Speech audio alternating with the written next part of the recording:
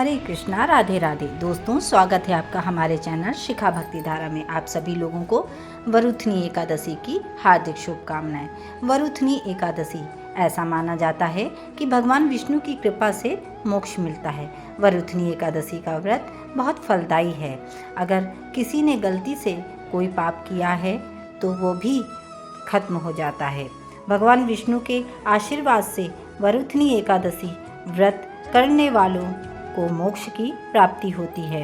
इस दिन व्रत करने वाले को व्रत कथा का श्रवण अवश्य ही करना चाहिए।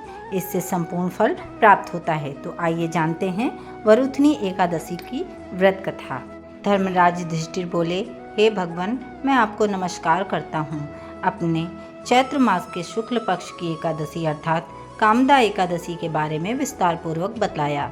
अब आप कृपा करके बैसाख माह के कृष्ण पक्ष की एकादशी का क्या नाम है तथा उसकी विधि का महत्तम क्या है। भगवान श्री कृष्ण ने कहा, हे राजेश्वर, बैसाख माह के कृष्ण पक्ष की एकादशी को वरुथनी एकादशी के नाम से जाना जाता है।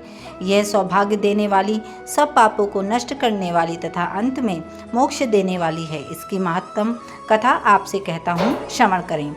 वरुथनी एकादशी व्रत कथा। प्राचीन काल में नर्मदा नदी के तट पर मानधाता नामक राजा राज्य करते थे। वह अत्यंत दानशील तथा तपस्वी थे।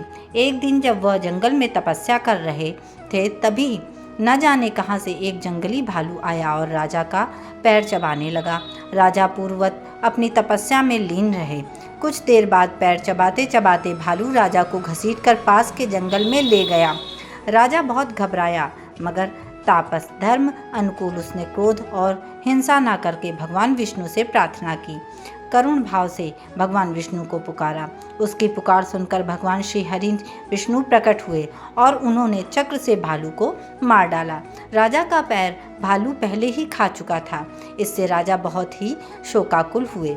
उन्हें दुखी देखकर भगवान विष्णु बोले, हे वत्स, शोक मत करो।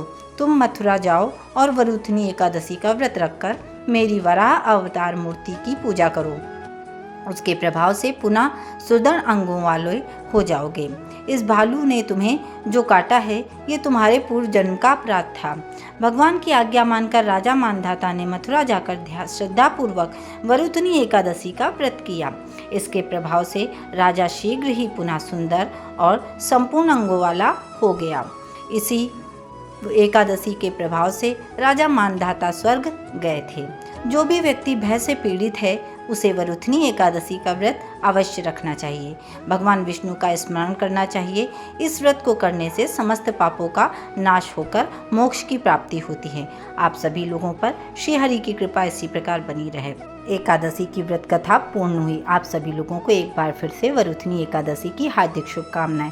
वीडियो आपको अच्छा लगा हो, वीडियो पसंद आया हो तो प्लीज़ लाइक करें, शेयर करें व सब्सक्राइब करें। राधे राधे।